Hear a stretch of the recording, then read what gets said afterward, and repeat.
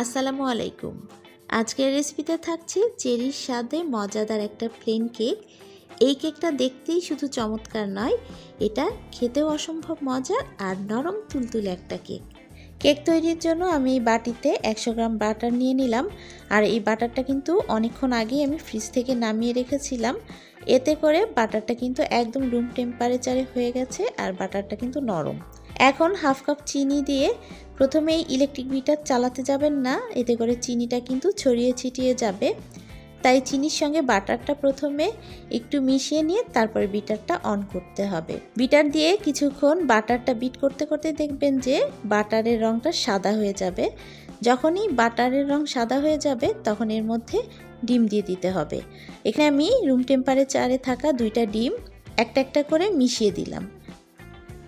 ডিম দেওয়ার পর আর কিছুক্ষণ বিট করতে হবে।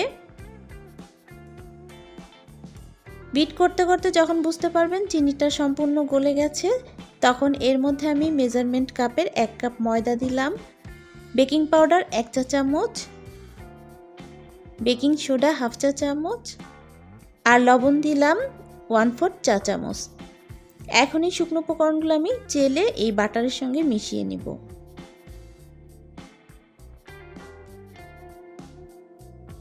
ময়দাটা বাটারের সঙ্গে মেশানোর পর এখানে আমি ভ্যানিলা এসেন্স দিলাম 1 চা চামচ,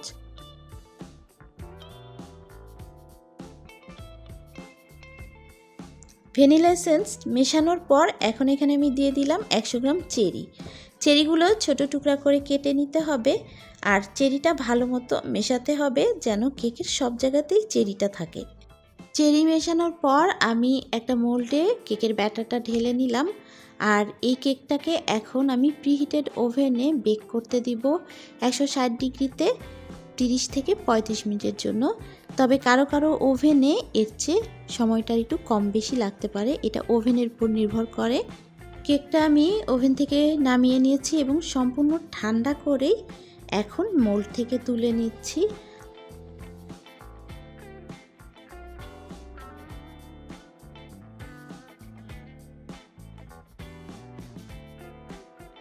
কেকটা কেমন হয়েছে সেটা আমি আপনাদেরকে একটু কেটে দেখাচ্ছি। এই কেকটা কিন্তু অনেক নরম একটা কেক এবং খেতেও অসম্ভব মজার।